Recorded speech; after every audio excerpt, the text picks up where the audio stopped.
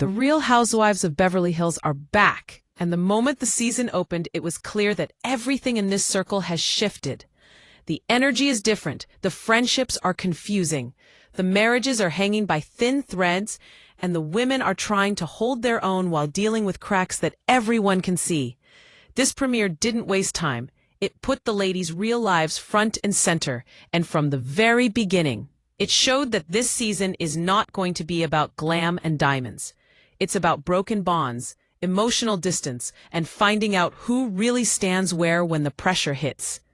The first thing that hit the screen was Dorit walking over to visit Bobby with a late birthday gift, but it was clear that this wasn't just a friendly visit.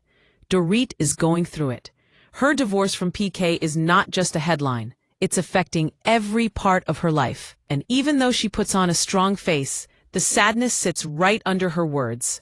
When she tells the story about going to one of the kids' games after filing for divorce, you can hear the pain in her voice.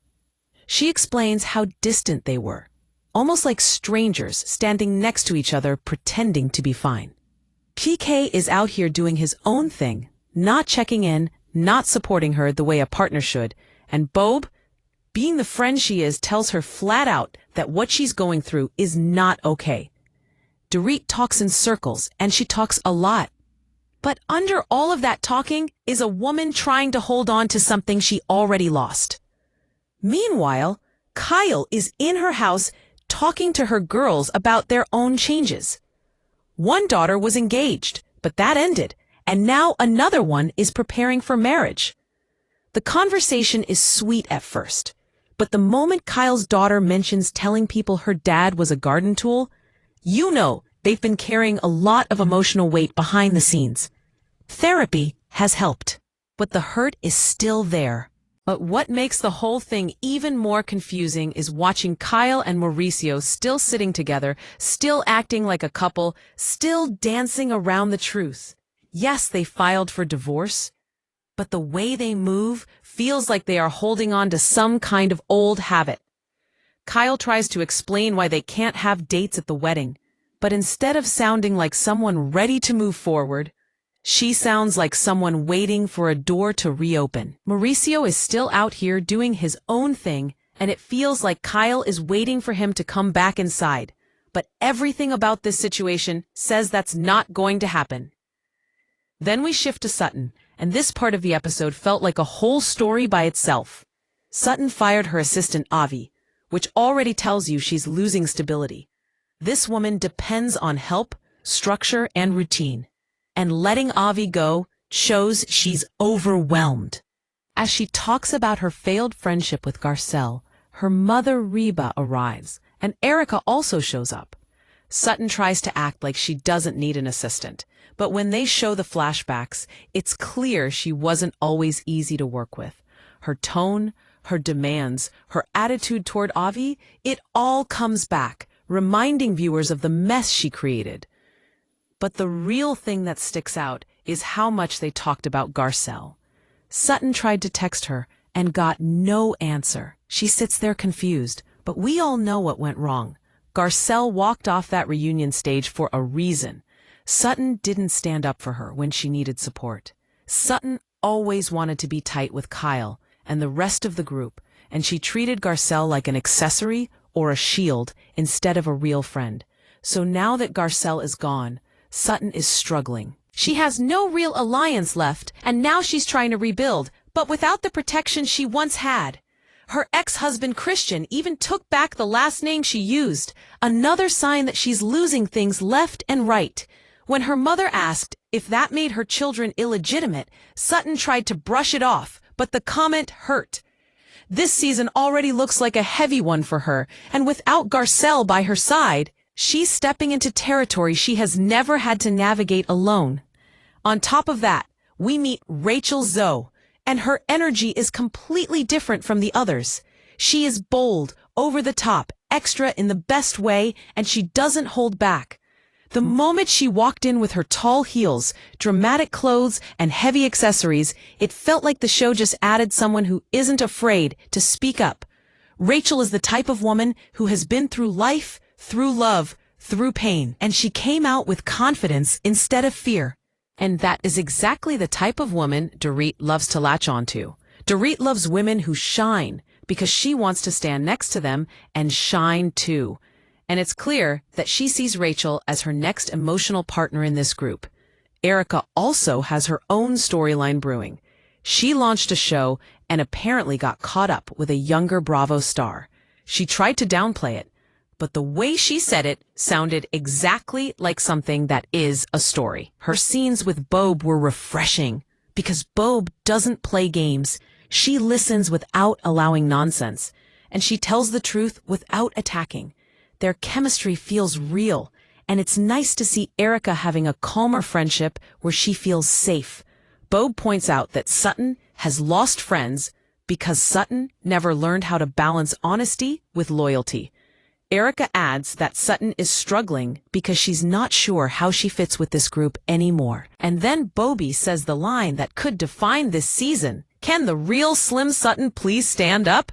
By the time the garden party begins, the ladies are ready. And before Sutton arrives, they are already talking about her. They discuss her annulled marriage, the assistant drama, everything. Dorit claims she's already said everything she needs to say to Sutton, but it feels more like she's just trying to avoid real accountability. When Sutton finally arrives, she looks uncomfortable, and honestly, she should. The friend group she leaned on is not protecting her anymore. Bobby asks what really happened between her and Garcelle, and Sutton plays dumb. She says she doesn't know why Garcelle is done with her, even though everyone watching does. Garcelle left because Sutton didn't support her, didn't defend her, and kept choosing the other women over her. Sutton basically admits she felt held back by Garcelle, even though Garcelle gave her more love and grace than anyone else in this group. Now Sutton wants to build new relationships with Kyle and others, but those relationships come with strings. She has to prove herself now, without the shield of Garcelle. This is where we will see who Sutton really is. As the party continues, Kathy and Rachel show up. And instantly, Dorit is glued to Rachel like she found her new identity. Rachel opens up about her tough divorce, and Dorit jumps in with emotional bonding the same way she did with Bob earlier. This is how Dorit builds friendships, by attaching herself to someone with a strong story so she can connect through trauma. It's her pattern. The tension rises when the ladies ask Dorit whether she told her kids about the divorce. She answers in circles again. She acts like they know, but they don't really know. They've picked up pieces, but they haven't been set down and told the truth. Kyle calls her out gently but directly. Have you sat them down and told them you're getting a divorce? Dorit's answer is no. So the question becomes, why act like they know? Then Rachel asks the question that everyone else is too scared to ask. How did Dorit feel seeing PK out with other women? Dorit starts to avoid the question again, but before she can dodge it, Rachel casually mentions that someone tried to hook her up with Mauricio. The way Kyle's face changed said everything. But Rachel shuts it down fast and says she would never cross that line. But the message still landed. The streets are talking. The public sees cracks these ladies refuse to admit.